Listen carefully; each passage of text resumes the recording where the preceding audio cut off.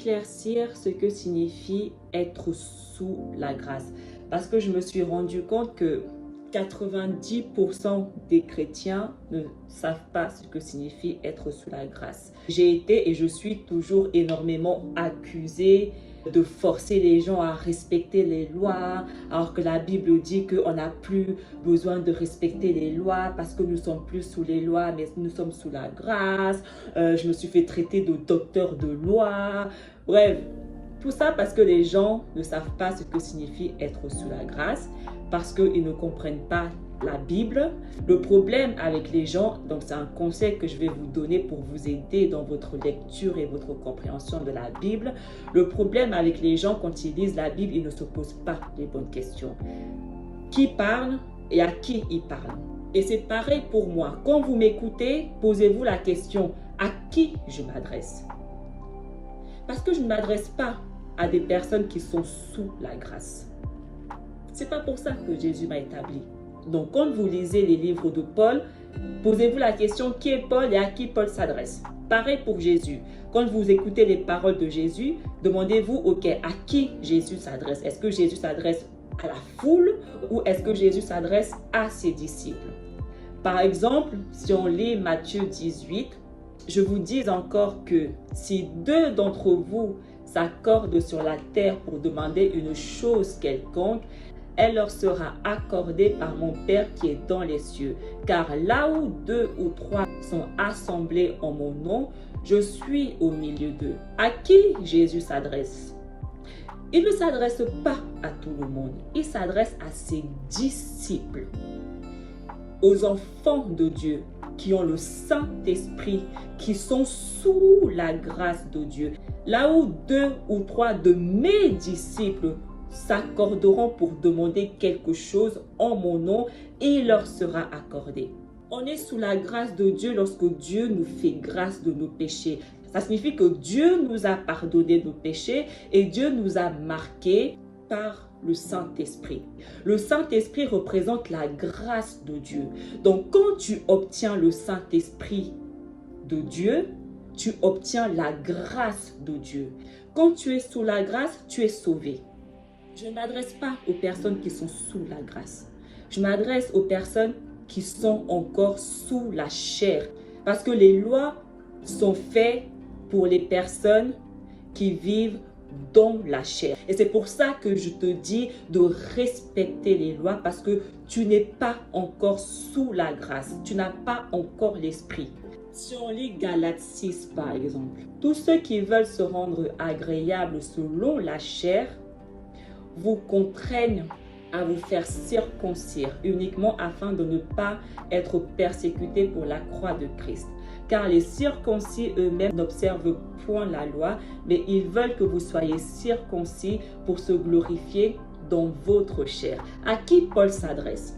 Les Juifs, ils ont rejeté Jésus. Donc, ils ont rejeté la grâce de Dieu parce qu'ils veulent rester sous la loi, dans leur chair. Et Paul leur disait, on n'est plus dans la chair, on n'est plus sous la loi, ce n'est pas la loi qui précède, mais la foi qui précède, la foi en Jésus-Christ. Mais eux, ils rejetaient Jésus. C'est pour ça que Paul leur disait à eux, hypocrites, vous voulez forcer les personnes qui ont accepté la grâce à respecter les lois en priorité, alors qu'ils ne sont plus dans la loi premièrement, mais ils sont dans la grâce. Quand tu es sous la loi, c'est toi qui devais faire les choses. Mais quand tu es sous la grâce, ce n'est plus toi qui fais les choses, c'est l'Esprit. Si on lit 1 Timothée, nous n'ignorons pas que la loi est bonne, pourvu qu'on en fasse un usage légitime. Sachant bien que la loi n'est pas faite pour le juste, mais pour les méchants et les rebelles, les impies et les pécheurs, les irréligieux et les profanes, les parricides, les meurtriers, les impudiques, les infâmes, les voleurs d'hommes, les menteurs, les parjures et tout ce qui est contraire à la sainte doctrine. La loi est faite pour les pécheurs. La loi est faite pour les personnes qui n'ont pas encore reçu l'Esprit de Jésus. La loi est faite pour les personnes qui ne sont pas encore sous la grâce de Dieu. Si vous voulez recevoir l'Esprit de Jésus, rester en vie, vous devez de respecter la loi. Il est très important de comprendre ça. Car la grâce de Dieu, source de salut pour tous les hommes, a été manifestée. Elle nous enseigne à renoncer à l'impiété et aux convoitises mondaines et à vivre dans le siècle présent selon la sagesse, la justice et la piété.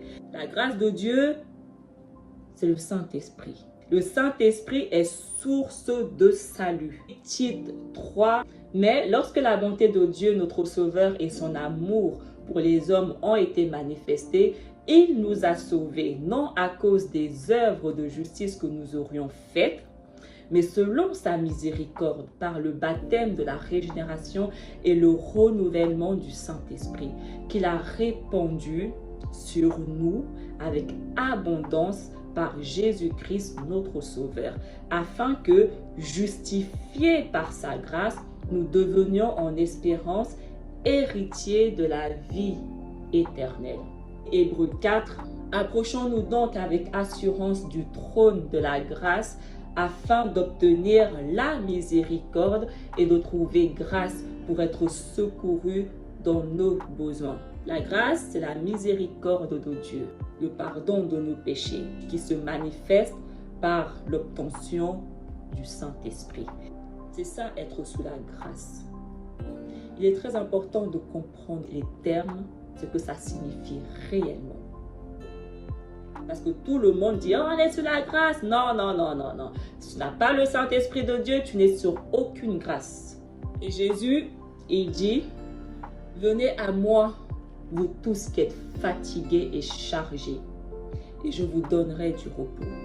Prenez mon joug sur vous et recevez mes instructions, car je suis doux et humble de cœur, et vous trouverez du repos pour vos âmes. Car mon joug est doux et mon fardeau est léger. Le joug que Jésus nous demande de prendre, c'est son Saint-Esprit. Et c'est ce Saint-Esprit qui va nous enseigner. C'est par le Saint-Esprit que nous allons recevoir les instructions. Une fois que tu as le Saint-Esprit, tu obtiens le repos. Ton âme obtient le repos.